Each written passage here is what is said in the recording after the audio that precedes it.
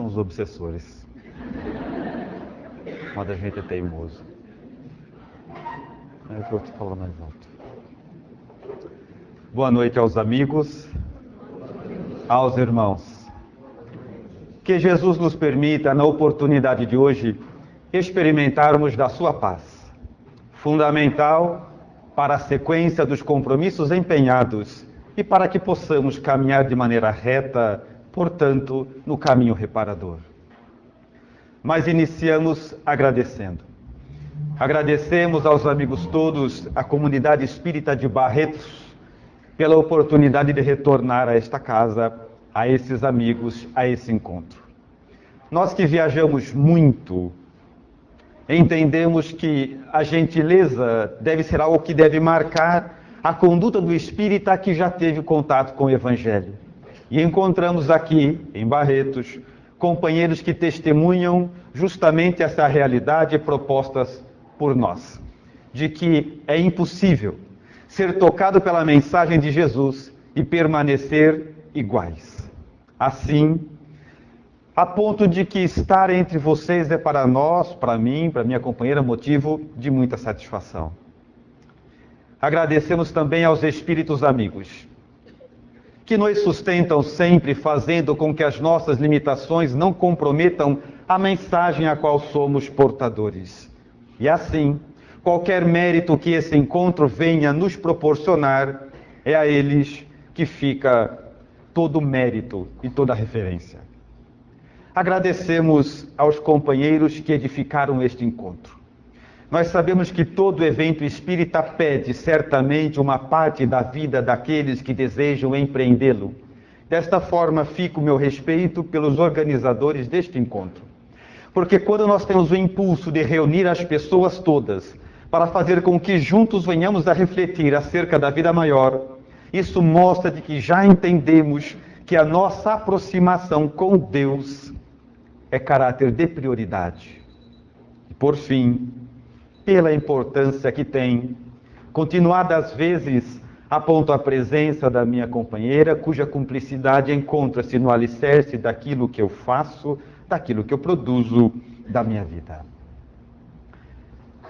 Trabalhemos. Nada resiste ao trabalho. Quando abraçamos essa mensagem e transformamos ela na mensagem que apresentamos agora, tanto quanto numa obra, em uma das nossas obras, a primeira pergunta que as pessoas nos faziam é um livro profissional?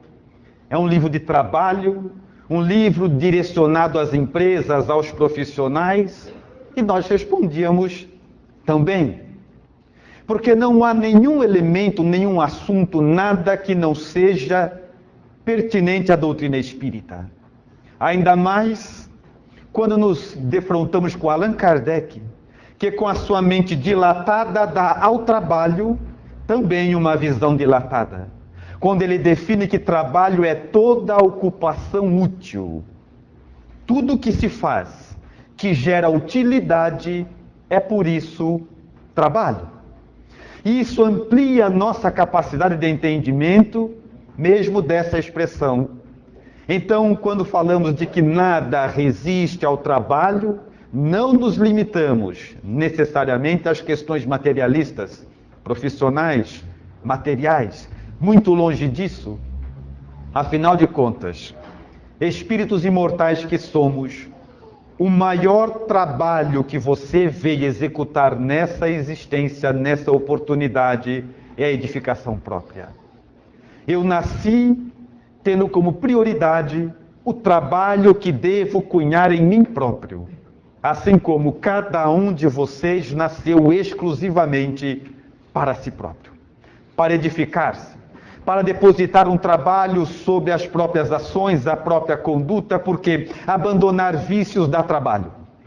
Adquirir virtudes dá trabalho. Parar de beber, de fumar, de ofender, de magoar, de gritar, dá muito trabalho. Vencer vícios que nós cultivamos há muitas vidas, dá muito trabalho. Dito isso, Se nós pudéssemos ou tivéssemos que resumir, a causa da nossa vinda a esse mundo seria para a realização de um grande trabalho, cujo objetivo é a própria alma, cujo objetivo é a própria edificação. Quando olhamos para o Evangelho, perceberemos que ele, na sua integralidade, tem como objetivo capacitar o homem para que ele, uma vez capacitado, construa a própria paz. Tanto que Jesus, oportunamente, no Evangelho, vem a nos dizer: eu vos dou a minha paz. Como a nos dizer: enquanto vocês não têm a de vocês, eu empresto a minha. Mas só emprestado, porque pertence a Ele. Prova disso são as incontáveis vezes onde a paz nos falta. É que o dono pegou de volta.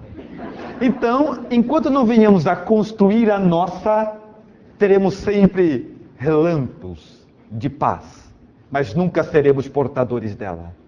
Então, o objetivo dessa reflexão, tanto quanto da obra que empenhamos, é o seguinte: eu não conheço você, nem ele, nem ela e nem ela outra. Mas uma coisa eu sei: independente do que estiver acontecendo na sua vida agora, independente dos desafios, dos obstáculos, das dificuldades, das dores, independente da sua condição atual, nada, absolutamente nada, resiste ao trabalho. Nada resiste à alma decidida em progredir e vencer. Nada resiste quando o espírito está cansado de ser o que é, porque já entendeu que pode ser mais e melhor. Nada resiste ao trabalho. Traduzindo isso de forma material, para que fique ao entendimento da maioria das pessoas, nós podemos dizer o seguinte: existem alguns elementos químicos, materiais, e os amigos daqui devem conhecer muitos, porque com certeza se lembram daquela já memorizada tabela periódica, é ou não é? Desde a quarta série, sabem, muitos nomes de filhos saíram da tabela periódica, que é um lugar muito vasto para pegar nome de criança, é muito legal. E ela ensina de que alguns elementos ali é bom não deixar perto, porque eles reagem, eles explodem, eles inflamam. E como derivado desses elementos, produtos que também, sem nenhuma compreensão química, apenas por bom senso e razão, sabemos que alguns elementos é bom não deixar perto. Por exemplo, fogo e pólvora, gasolina, álcool e lugares aquecidos. Tem coisa que é bom não misturar, porque pode dar problema. Apoiados na mesma assertividade, na mesma afirmativa, sob o ponto de vista moral e espiritual, algo semelhante acontece, para embasarmos a expressão de que nada resiste ao trabalho. Do ponto de vista espiritual, tem coisas que é bom não deixar próximo, não deixar perto, porque é muito perigoso. Por exemplo, trabalho incessante e confiança absoluta em Deus. Cuidado! Se juntar essas duas coisas, você não tem noção do que isso é capaz de fazer na tua vida. Se você misturar trabalho incessante, trabalho incansável e confiança absoluta em Deus, quem não está acostumado a mexer com isso devagar. Porque você não tem noção do que isso é capaz de fazer na vida da criatura humana. Misturar esses dois elementos é muito complexo. E eu gostaria de traduzir nessa reflexão de maneira prática. E nada é mais prático do que traduzirmos em histórias. Aí eu pensei, devo buscar algo que seja do conhecimento da maioria. Afinal de contas, se eu disser algo que só eu sei, uma história que é só do meu conhecimento, a maioria não vai poder acompanhar. Aí comecei a pensar, de onde vou subtrair essa história? Inevitavelmente, somos vencidos pelo Evangelho, que já é nobre por natureza e seria certamente no conhecimento de todas as pessoas. Aí comecei a pensar, quais das inúmeras passagens ou parábolas ali contidas poderia servir de alvo, de objetivo para essa reflexão? Nada resiste ao trabalho. E eu queria algo do conhecimento da maioria. Aí eu pensei e destaquei uma em particular que eu acho que todo mundo conhece. Que é a passagem daquela mulher que sofria de hemorragia há 12 anos e acreditava que tocando as vestes de Jesus ela ficaria curada. Todo mundo conhece, sim ou não? Depois dessa manifestação entusiasmada de todos, eu acho melhor contar. E tudo começa assim. Um dos biógrafos de Jesus, Marcos, no seu capítulo 5, a partir do versículo 21º, começa a nos narrar um acontecimento que nem sequer pertence a essa mulher. É como se ela viesse roubar a cena, mas não tem nada a ver com ela na sua raiz. E começa assim, o versículo 21º. Jesus vinha de barco com alguns discípulos, e ali na margem, aguardando a sua chegada, havia um grupo de pessoas. Entre eles, Jairo, um dos chefes da sinagoga. Nome, sobrenome, descrição. O barco para, todos descem, e Jairo, até pela sua posição, toma a frente, vai até Jesus e lhe faz uma proposta. Lhe pede socorro. Senhor, minha filha está doente, entre a vida e a morte, e veio pedir que venha comigo até minha casa, que imponha as suas mãos sobre ela, para que ela viva. E Jesus aceita, e toma então em direção à casa de Jairo, Jesus e alguns poucos discípulos, um pequeno grupo. E eles seguem. Essa é a parábola. Porém, algo acontece nessa caminhada. Alguns versículos depois, há uma interrupção interessante. Absolutamente interessante. E começa assim, uma certa mulher, sem identificação, sem descrição, uma mais. Uma certa mulher que sofria de hemorragia, de perda de sangue há 12 anos. Atenção para os detalhes, vamos usar todos. Já havia gasto todos os seus recursos, não tendo mais nada e só piorando. Próximo. Acreditava que tocando as vestes de Jesus ficaria curada. E ali estava. Sabia que Jesus, de quem ela ouviu falar, poderia ser portador da sua cura. E ela vai, se enfia ali naquela multidão, naquelas pessoas, naquele grupo, toca as vestes de Jesus e é curada. E nesse momento nós temos que ser fiéis ao Evangelho, tal a beleza do momento. Quando ela toca a roupa de Jesus, o Evangelho diz o seguinte: ipsis verbis. Jesus para e pergunta: quem me tocou? Porque ele sente que dele saíra virtude. Em algumas traduções, saía poder. Fecha aspas. E começa um a olhar para a cara do outro. Mas Jesus, como é que nós vamos saber? Esse monte de gente empurrando, todo mundo quer colocar a mão, todo mundo quer chegar perto, todo mundo apertando. Como é que a gente vai saber que está esse vulco todo aqui? Vulco não está no Evangelho, que eu faço tradução simultânea. Eu faço tradução. Então, estava aquele monte de Jesus. Como é que nós vamos saber quem te tocou? Mais uma vez o Evangelho deve ser levado ao pé da letra.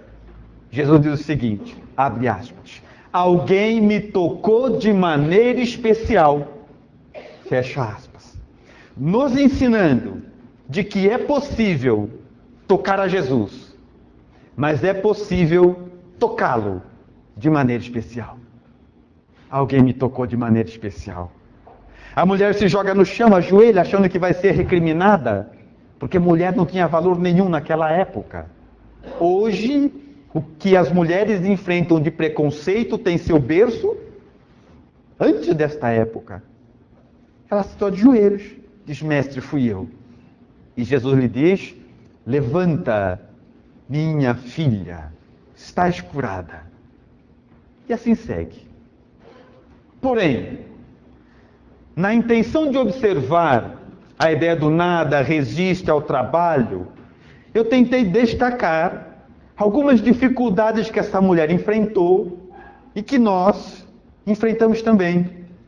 Talvez não exatamente isso, mas algo semelhante, mas o exemplo dela pode servir para nós. Porque nada parava essa mulher. Ela tinha um objetivo, que era encontrar Jesus, é ser curada, e nada parava ela. E entre as dificuldades que ela enfrentou, e talvez eu e você também venhamos a enfrentar, mas talvez essas dificuldades nos parem, mas não parava ela, essa é a questão. Existem algumas que eu listei. E a primeira é o seguinte: fraqueza física. Ela estava doente, debilitada. Ela não perdeu sangue por 12 horas. E se alguém perdeu sangue, sabe o que eu estou falando. Ela não perdeu sangue por 12 dias. Ela não perdeu sangue por 12 semanas. Nem por 12 meses. Ela perdia sangue há 12 anos. Ela estava doente, enfraquecida, abatida. Mas ela estava decidida. Nada parava essa mulher. A questão é o que essa mulher tinha, que a gente não tem. Quantas coisas você desistiu? Eu também. Quantas coisas nós desistimos de sonhos, de objetivos, de planos, sabe? Porque a gente não estava muito bem. Já viu isso ou não? Não estou bem. A gente vai abrindo mão das coisas. Faz aquele plano todo e de repente a menor indisposição furta o nosso grande objetivo de vida. O que ela tinha? Que a gente não tem. Aí começamos a observar quantas vezes você faz um plano, por exemplo, tudo que eu disser, eu quero que partam do mesmo princípio da ideia do trabalho. Não é nem material, não é só espiritual, não é tudo. Tudo. Quantas vezes você fez um plano, material, moral, espiritual, adquirir um comportamento, abandonar um vício, começar a estudar, começar a aprender o idioma, aprender o esporte, qualquer coisa. Aí você começa, faz um plano, de repente você começa a ter alguns dias de indisposição, abandona. Essa mulher perdendo sangue há 12 anos, nada parava ela sabia. E 12 porque encontrou Jesus, senão talvez seria 15, 20, não sabemos quanto. Aí, pelas dificuldades naturais, ou você chega à conclusão, ou você vai no médico e ele fala que você tem que começar a fazer o esporte, a caminhar, bicicleta, academia, sei lá, você tem que fazer alguma coisa. Por exemplo, pode ser moral, pode ser espiritual, pode ser ir no centro, pode começar a fazer palestra, pode ser estudar, ler, qualquer coisa. Mas elementos físicos é mais fáceis. O médico diz que você tem que começar a fazer academia, você vai morrer. Você tem que fazer um esporte, você está com a vida muito toda, está ficando doente. E aí o que você faz? Comprometido com a própria vida, porque os espíritas são muito comprometidos, que adoram Deus, mas não querem encontrá-lo. Resolve então, a partir de segunda-feira, eu chego em casa, tiro a roupa do trabalho, coloco os shorts, tênis, camiseta, pego a bicicleta, vou na academia, sei lá que plano que você fez. Mas a partir de segunda-feira, está decidido. Você vai mudar de vida. Vai ou não vai? Vai. Aí passa, você vai trabalhando, chegou, sábado, domingo, segunda-feira você trabalha o dia todo. Segunda, 5h30 já começa. É hoje. É hoje. Já deixou a camiseta, o short, a meia, tudo em cima da cama estendido, que é para não perder tempo. Que é hoje, sua vida vai mudar. É ou não é? É. Aí você chega em casa, 6 horas sai do trabalho, começa a chegar em casa, a hora que você abre o portão, acontece algo muito interessante. Porque nós sabemos, e Allan Kardec explica muito isso, a respeito dos processos obsessivos. E lá na sua casa tem um obsessor muito violento, de uma gravidade absoluta. Você entra na sua casa, já na sala, ele percebe a sua presença e começa a emitir a você ondas perturbadoras. Esse obsessor atende pelo nome de sofá. E ele começa assim, vem. E você resiste, porque nós somos lutadores, não? E ele começa, vem, você não, vem, não vou, vem, não. Você começa, vai lá na cama, olha a roupa estendida, é aquela luta desleal, aquela luta quando de repente ele dá para você, ou em você, um golpe baixo. Ele te vence com uma mensagem muito interessante, que diz assim: só 5 minutos. Aí você, achando que fez um acordo com as sombras, fala só 5 minutos. E senta. Nesse momento, do meio da espuma do sofá, partem garras perispirituais que te prendem nele. E aí você tenta sair, as garras estão fixam nas suas pernas, é aquela luta desleal, você luta, ele não te deixa sair, você luta, é vencido pelo cansaço, desperta no Jornal das 11. É assim. Agora, espírita, explica para mim uma coisa. Essa mulher perdia sangue há 12 anos, ela estava fraca. E ela não desistia. Eu vou ficar curada. Está decidido. Eu vou encontrar Jesus. Está decidido.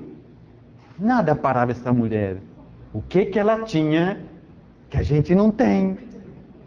Qualquer gripe nos rouba os objetivos de vida. Ficou muito frio? A gente não vai. Muito calor? Também. Mais ou menos? Também não, porque vai que esfria ou esquenta, né?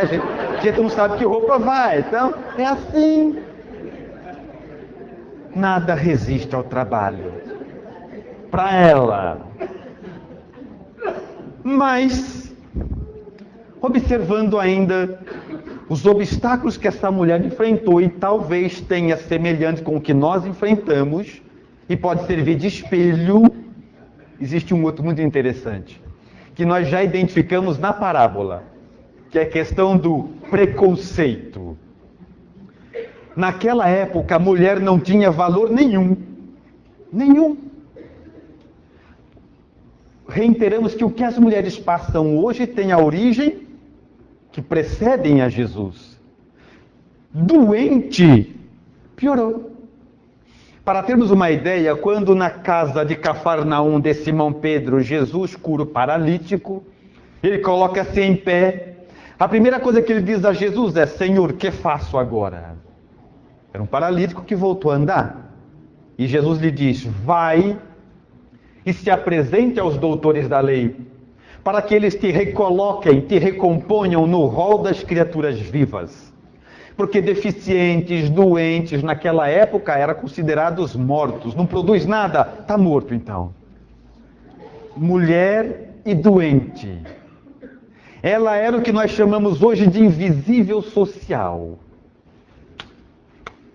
Ninguém vê, ninguém ouve, sozinha. E ela não desistia. Nada parava essa mulher. Mas a pergunta é a seguinte, espírita, eu e você, quantos sonhos, quantos objetivos nós desistimos, sabe por quê? Porque você é gorda, você é baixa, você é alto demais, você é careca, você tem orelha grande, você tem nariz pequeno, você é muito alta, você é muito baixo, você é muito feio, e a gente vai por não se enquadrar nos padrões, para se defender sem perceber a fragilidade do nosso comportamento, vamos abrindo mão de onde queremos estar, da posição que achamos que merecemos. Vamos renunciando àquilo que sabemos que é o melhor, porque não estamos no padrão. Preconceito. E para ter uma ideia da gravidade disso, Nós vivemos isso até hoje. Nós.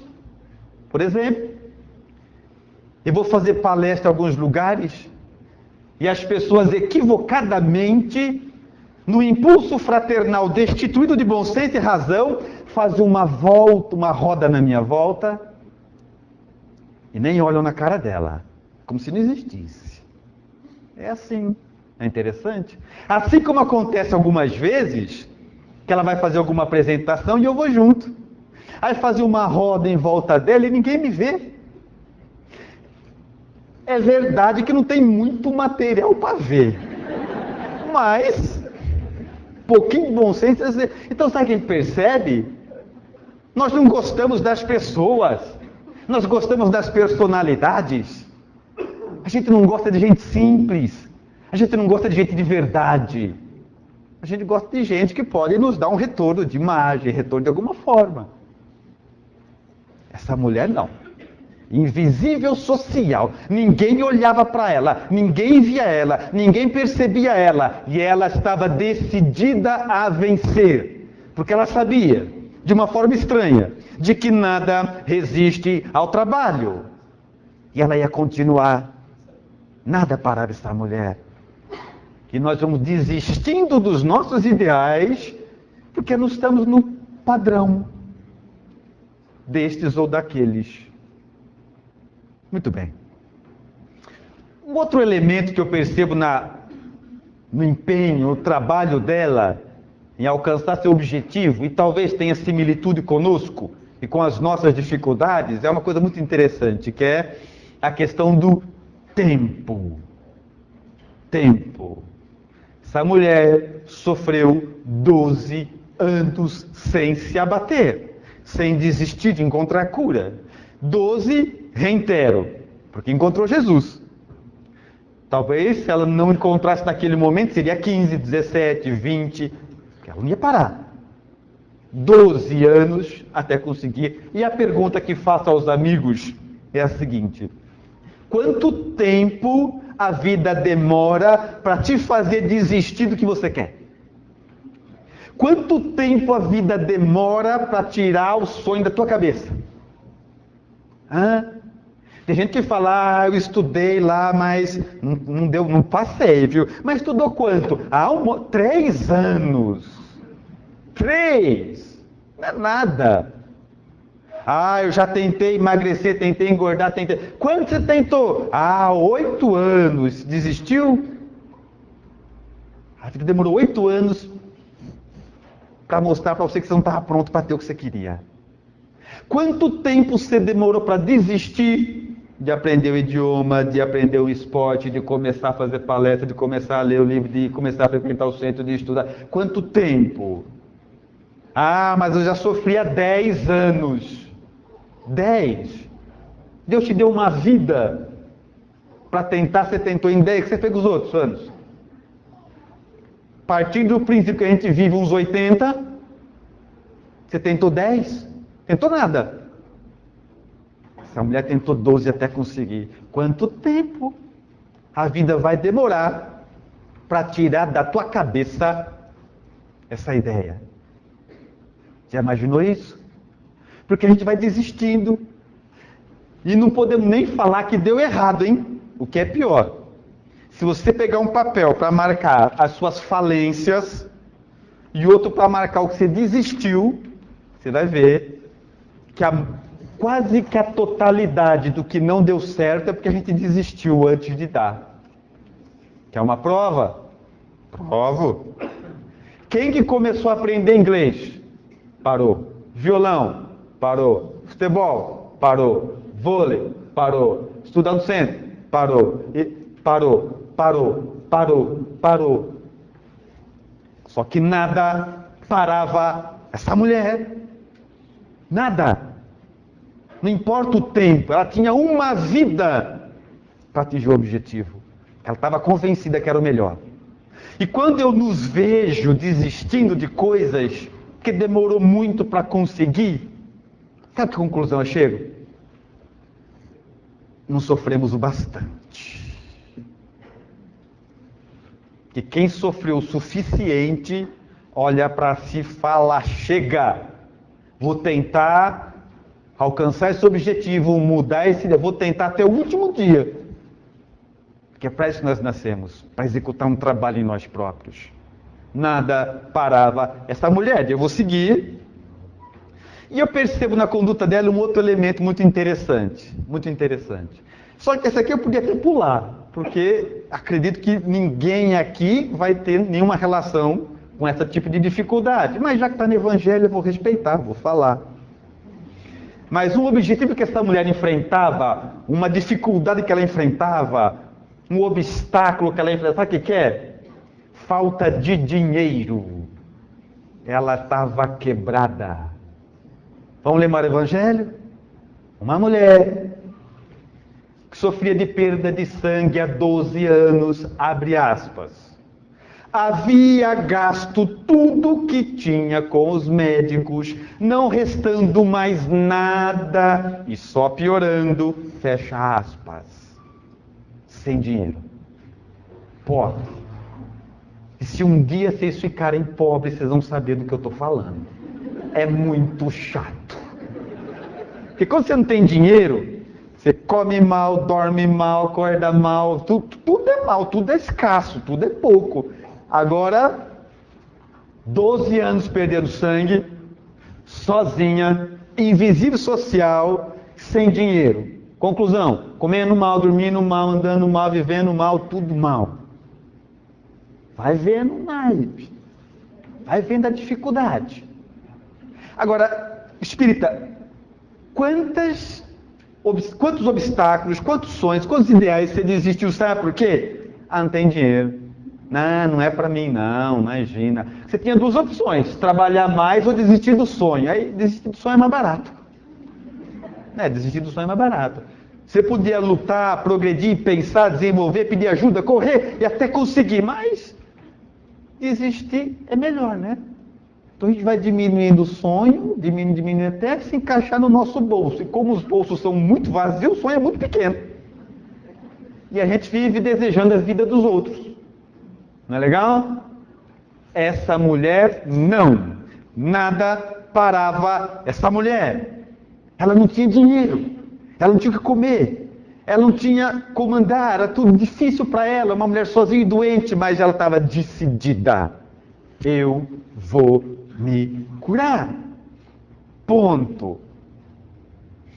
Mas há um outro elemento que eu vou tentar resumir tudo que poderia falar para nos adequarmos ao nosso tempo. Que é o seguinte, pode ter várias coisas que você e eu façamos e que não está incluído nela, e pode ter outras coisas que ela passa e que a gente não passou. Mas dá para resumir tudo num elemento só.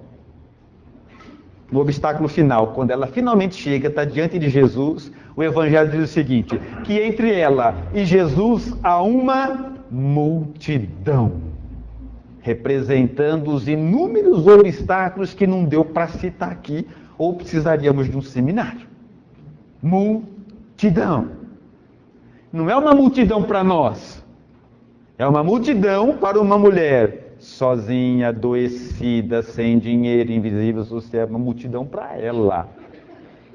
E ela vai, toca a roupa de Jesus. Aquele negócio todo, tudo feito. Muito bem.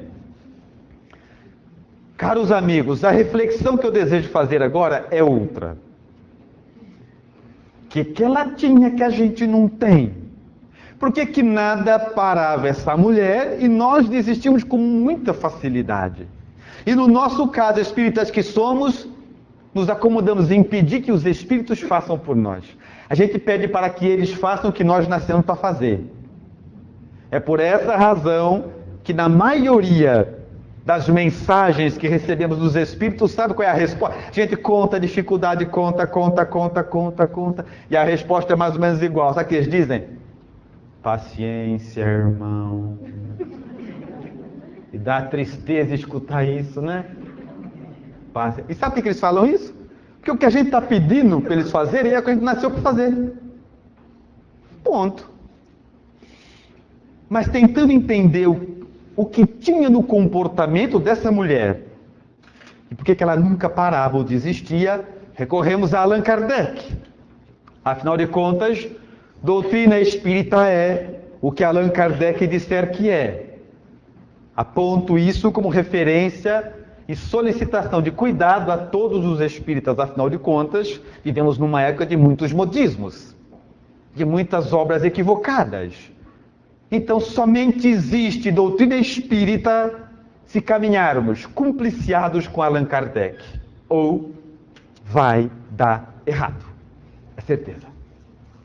Muito bem. E Allan Kardec nos dá uma contribuição muito especial. Ele identifica nas obras básicas que sustentam a codificação 3 ferramentas ou 3 elementos que ele dá o nome de propriedades naturais do espírito. E se é propriedade natural, todo mundo tem. Por isso o termo natural. É natural do espírito. Todo mundo tem. Natural. Onde elas são? Inteligência, vontade e pensamento.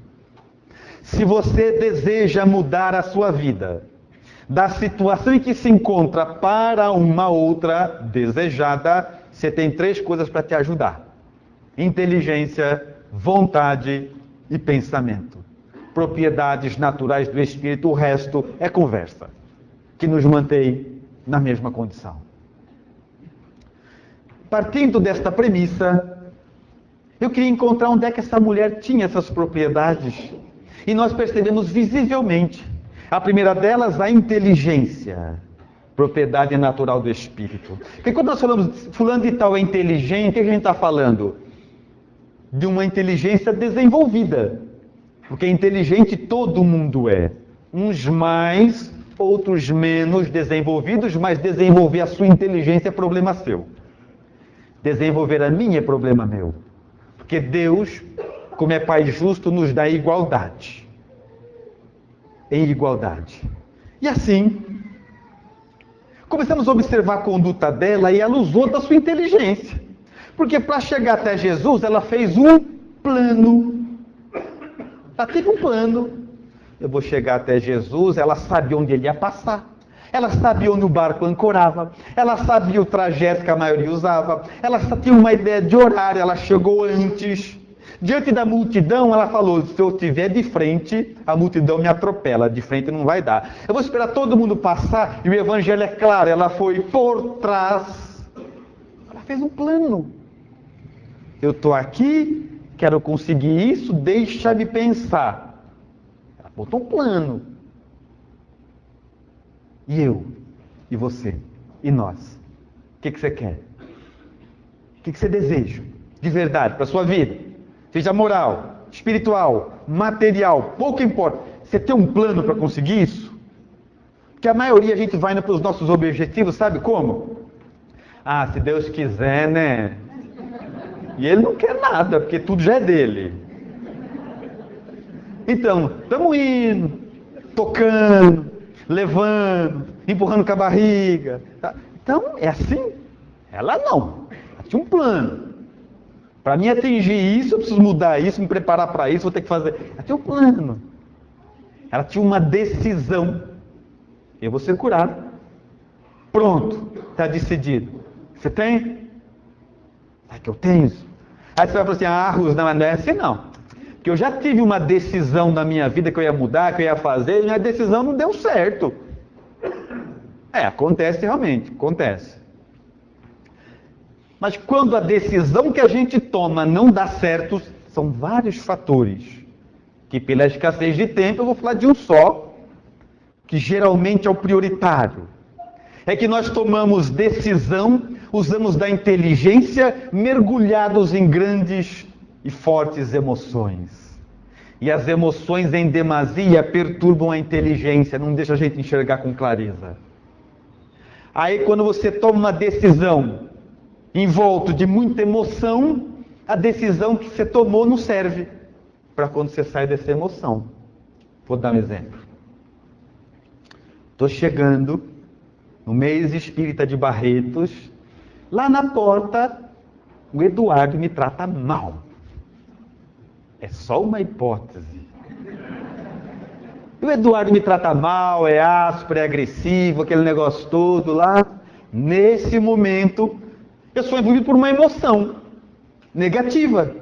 Eu fico achando um absurdo, eu vim aqui, me dediquei, atendi, ele me trata mal, me dá uma emoção. E essa emoção me influencia a tomar uma decisão, influencia a minha inteligência. O que eu decido nesse momento? Nunca mais venho aqui. É uma decisão tomada por essa emoção. Faço a palestra decidido a ser a última. Nunca mais venho aqui. Saio daqui por essa emoção. Nunca mais venho aqui. Vou para casa e durmo. Acordo no dia seguinte, vai passando aquele torpor. Eu vou saindo daquela emoção e já começo a pensar, coisa mais tonta, né? Eduardo é meu amigo hoje, que ele não estava bem, só isso. Me distancio mais dessa emoção. Começo a pensar, tinha tanta gente lá, eu não vou por causa de um só. Não faz sentido. E quanto mais eu fico longe daquela emoção, aquela decisão não serve mais para nada. Porque aquela decisão só serve para aquela emoção. Se ele voltar a me tratar mal, o que eu falo? Não volto mais aqui. Volta a emoção, volta a decisão. Dito isso, espírita, quer tomar uma decisão para a sua vida? Muito bem.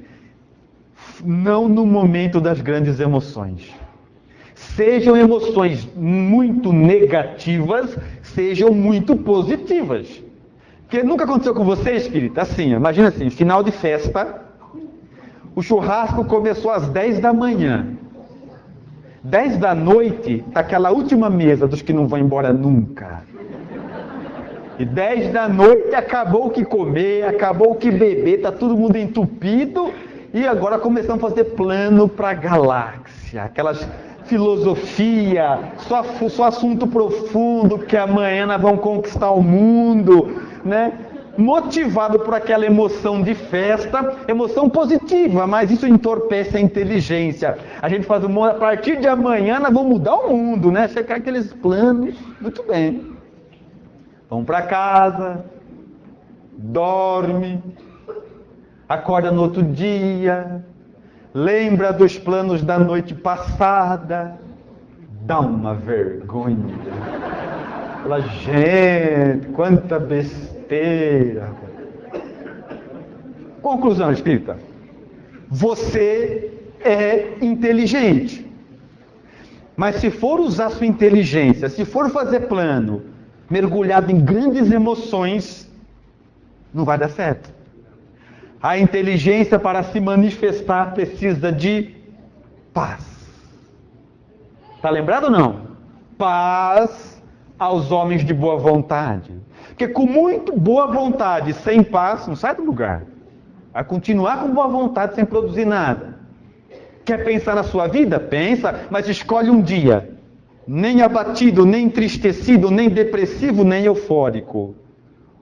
Simplesmente um dia que você está bem, saia para refletir, convida Deus para a conversa, aí você vai ter o melhor da sua inteligência.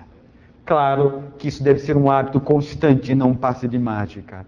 E essa mulher usou da inteligência, ela fez um plano, ela sabia o que ela queria, ela refletiu muito tempo em como executar. Muito bem. Inteligência, primeiro atributo do espírito. Segundo Allan Kardec, a vontade. A vontade é um atributo muito interessante. Sabe por quê, espírito? Porque a vontade é um atributo tão perigoso que ele é capaz de fazer a inteligência ficar quieta. A vontade olha para a inteligência e fala, calada. E a inteligência, que tem a razão, fica quieta. Prova, Roosevelt. Provo? Fácil. Quantas vezes, espírita, você ia fazer alguma coisa que a inteligência avisou? Tá errado. Mas você tinha vontade. Você fez ou não fez? Fez. Conclusão. O que é sabedoria? É conseguir fazer com que a sua vontade obedeça à sua inteligência. Essa é a nossa luta. Já pensou? Continuar a fazer com que a sua vontade trabalhe para a sua inteligência? Aí você está feito. É isso. É uma decisão. Porque vontade é um negócio poderoso. Se você tem vontade de coisa que não deve, trabalha com isso rapidamente. Senão, quando você distrair, você está fazendo. Vontade. Vontade. E a vontade para nós fica mais marcada. Quer ver, espírita? Imagina essa mulher que perdia sangue há 12 anos. Imagina ela contando o plano dela para a família. Porque família é um negócio muito legal, sabe? Família é um grupo de pessoas que quando você vai contar os seus objetivos, eles estimulam, incentivam, dão apoio, impulsionam a gente para frente, não é? Então você imagina, ela junta o pessoal, sogra, cunhado, genro, sei lá quem, estou junto tudo lá, para assim o pessoal tive uma ideia. Ouvi falar de um homem chamado Jesus, e eu disse que eu vou até onde ele está, vou viajar até lá, vai ter sempre gente à volta dele, eu vou colocar a mão na roupa dele e vou ficar curada. O que eles falaram para ela? Você é louca? Bebeu, tomaste muito vinho, você não para em pé, está vazando para todo lado, vai viajar, não come, não bebe, não dorme direito, vai viajar. Ela sai de lá. Mas ele diz para ela, sabe o que a vontade dela diz para ela? Vou. Ela vai na casa da vizinha, fala, vizinha, deixa eu te contar a minha ideia. Ouvi falar de um homem chamado Jesus? Eu te disse que eu não curo mesmo, sabe? Já gastei meu dinheiro, não tenho mais nada, estou na miséria, mas se eu colocar a mão na roupa dele, eu tenho certeza que eu consigo, porque no pegar ele eu sei que não dá, mas na roupa dá. E a vizinha olhou para ela e falou assim, você é besta? Como assim? Está doente.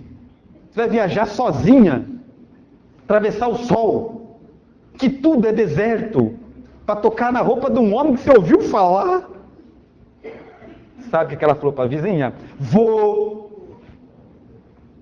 Nada resiste ao trabalho.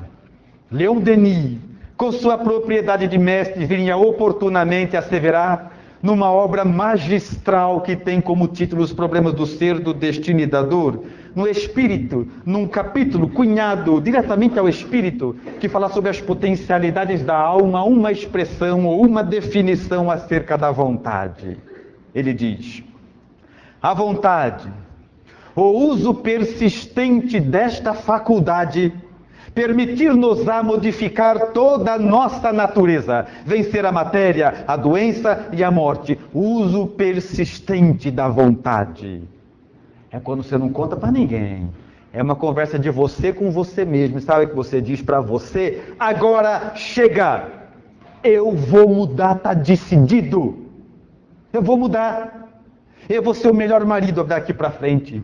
Eu vou ser a melhor esposa, o melhor espírita, o melhor irmão, o melhor trabalhador, o melhor funcionário, o melhor... A partir de hoje eu vou ser o melhor que eu puder, está decidido. O uso persistente da vontade. E quando a gente faz isso, sabe o que acontece no céu? Ou no plano espiritual, como queiram, há uma revolução. Aquele monte de espíritos se estapeando porque todo mundo quer ajudar. São esses que eles estão loucos para ajudar. Aqueles que falou, agora chega, deixa comigo. Quem falou isso para você, Ruso? Evangelho. Ajuda-te. Depois disso, acabado isso, concluído isso, começa a nossa parte. O céu te ajudará. Antes não. Uso persistente da vontade. Segunda ferramenta da qual o Espírito dispõe para transformar a realidade posta à sua volta. E por fim, o terceiro e último atributo, mais tão importante quanto os demais, que é a base da vida, segundo Emmanuel, pensamento. Inteligência, vontade e pensamento. Porque o pensamento é um atributo fundamental. O pensamento é como se fosse o cenário onde a vontade e a inteligência entram em harmonia. Porque muitas vezes o indivíduo tem inteligência, não tem vontade, ou tem vontade, mas não tem inteligência. O pensamento positivado, pensamento em ordem, pensamento elevado, esses dois gigantes conseguem entrar em paz: inteligência e vontade. Porque quando o pensamento está perturbado, nós não enxergamos o óbvio. Não adianta, nem a casa espírita pode ajudar quem está com o pensamento perturbado. Pode orientá-lo a que reequilibre o seu pensamento. Pode submetê-lo aos processos de fluidoterapia. Mas a gênese de tudo que nos acontece está no pensamento. Sem isso não tem conversa. Quer ver um exemplo, espírita? Vou dar um exemplo para você. O pensamento é como se fosse uma antena. E ele nos liga aquilo que desejamos, de bom ou de mal. Tanto faz. Em qualquer lugar, dentro da casa espírita ou fora dela, pouco importa. Nesse exato momento, cada um de nós pode estar sintonizado em pleno céu ou no absoluto inferno. Que são faixas mentais. E o meu pensamento é depositado onde eu desejo. Dá um exemplo. O indivíduo tem, por exemplo, câncer. Ele tem câncer há 10 anos e não sabe. E ele vive normalmente. Ele vai no médico, faz um exame qualquer e o médico fala assim: meu amigo, você tem um tipo de câncer. Sabe o que acontece? Em uma semana ele definha. Se ele não soubesse, viveria mais 10, 15 anos. Mas agora que ele ficou sabendo, ele definha. Mundo mental. Mundo mental. A gênese de todas as nossas construções, de todas as nossas edificações repousam no nosso universo íntimo. Mundo mental. Então, pensamento perturbado, esquece. Tudo vai ser mal. Até quando você ganha coisa boa, dá alguma coisa errada. É assim. É lei natural. Quer ver um exemplo, espírito? Você chega na sua casa, acontece algo muito interessante. Muito interessante. Você chega na sua casa, da rua, põe a mão no bolso, tira a chave do seu carro, põe na mesa. Lugar de sempre, ali na mesa. E você está perturbado. Você está totalmente desorientado, correndo. Porque hoje a nossa vida é assim, é ou não é? Principalmente os mal administradores, como eu. A gente chega, acorda já atrasado, almoça com pressa e dorme correndo. Né? Então você fala assim: gente, para que tudo isso? Vou chegar onde? A gente está assim, né? Aí você põe a chave no carro ali, e é um processo interessante. Você vira e volta. 3 segundos. Quem pegou a chave? Não, estava aqui. Eu tenho certeza que eu pus aqui. Alguém pegou essa chave. Aí eu começo a procurar a chave. E procurar a chave em casa passa por 3 estágios. Já perceberam ou não? Primeiro estágio, você procura. Você pegou minha chave? Você viu minha chave? Você viu onde eu pus? É o primeiro estágio. Praticamente equivale a obsessão simples. Procurou. Aí você passa para o segundo estágio, mais interessante. Quando você começa a procurar onde você já sabe que não está. Geladeira, micro-ondas, você já sabe que não está, mas você vai ver mesmo assim, que vai que. Né? Então você começa, você abre o forno, vê, sabe que eu pus no forno a chave, né? Aí você vai assim, já é uma alienação. E no terceiro estágio, é aquele onde nós nos comportamos igual a Ferrari. A gente vai do mundo de regeneração para a caverna em 3 segundos, né? Começa a gritar, ofender, chuta o cachorro, bate o gato, bate a porta da geladeira, chuta o telefone, xinga todo mundo, chuta a cristaleira, né? No dia seguinte tem que chamar um pedreiro para arrumar a sua casa, que você destruiu ela. Muito bem. Não achou a chave? O que você faz? Sai para a rua a pé. Sai daquela perturbação, conta para um que aconteceu, ele dá risada, aí você já dá risada também, conta para o outro, vai, saiu daquela vibração. Volta para casa. Voltou para casa, quando você olha para a mesa, adivinha o que tem ali?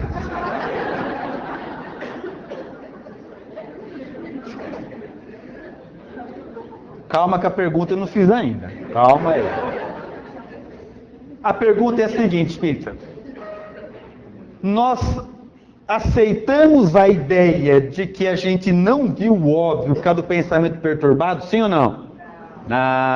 Alguém que, pois, é só virar as costas, alguém... Gente, que brincadeira mais sem graça, gente. Vocês viram minha aflição. Vocês viram tudo que eu fiz. Eu tava tinha horário. Vocês esperaram eu virar as costas. Pra... Gente, olha que... Não, deixa, vocês vão ver só. É assim. Perturbados. Aí... é com esse pensamento perturbado que a gente quer encontrar paz, construir um mundo melhor. Espírita, para. Aquela mulher doente, aquela mulher sozinha, sem ninguém, aquela mulher que sabe o que ela tinha? Pensamento em paz, sem nada, e possuindo a tudo. É a mágica do ser espiritual. Nada tendo, mas possuindo a tudo. Pensamento em paz. Durante a aflição, ela enxergava o que ninguém enxergava. Aí, para matar a gente de raiva e de inveja, o pior ainda vem. Sabe por quê? Tudo que nós falamos até agora, toda essa reflexão, tudo que está no Evangelho acerca dela começou, sabe aonde? Vamos voltar lá na parábola. Uma mulher, com 12 anos de hemorragia, que já tinha gasto tudo, perdeu aquele negócio todo, queria tocar as vestes de Jesus, abre aspas, por mais interessante agora, abre aspas, as vestes de Jesus, de quem ouviu falar, fecha aspas. Tudo isso porque ela ouviu falar de Jesus. E o pensamento elevado, sabe o que fez quando ela ouviu falar de Jesus? Já sei o que fazer, já entendi. Vamos pensar em nós? A gente vai no centro segunda, terça, quarta, quinta, sexta, sábado, domingo. De manhã, à noite vai na casa da sopa, depois vai na casa da... A gente fica mergulhado nas atividades espíritas e à noite vai dormir e fala assim: Senhor, o que queres que eu faça? Por que não me responde? Por que não mostra o caminho? Aí vem uma mulher que só ouviu falar, fala: já sei o que fazer. Pensamento elevado. E não acontece com a gente assim também? Você está no centro há 30 anos. Aí você convida sua vizinha, ela não vem, você convida, ela não vem, você convida, ela não vem. Até um dia que você convida, fala: vou. Você está há 30 anos, ela vem uma vez, e ela muda a vida dela totalmente. Numa vez que ela veio, e você está 30 anos, não muda a sua. Já viu isso ou não? Dá até uma raiva na gente, né? Não devia ter trazido. Sabe, não trago mais ninguém também. Não é sensacional? Conclusão: tudo que a casa espírita pode te dar, tudo que o Evangelho pode te dar, para que você entenda, é necessário pensamento em paz, apto, atento, divorciado de vaidade, prepotência, maledicência, arrogância, vai. Sem isso, pensamento, sabe o que acontece? Sua captação é muito maior, a aplicabilidade nesse fala. Com todos os problemas, ela tinha uma coisa, a capacidade de pensar, e cuidava disso. Não tinha mais nada, mas disso ela cuidava. É por essa razão que Allan Kardec vem dizer que são as propriedades naturais do espírito. E é pautado por tudo isso que nós defendemos a ideia de que nada resiste ao trabalho, nada resiste ao espírito decidido a mudar, decidido a vencer, decidido a ser diferente, decidido a vencer o tempo, as limitações, decidido a vencer. E é por essa razão que o Evangelho é naturalmente nobre e especialmente especial.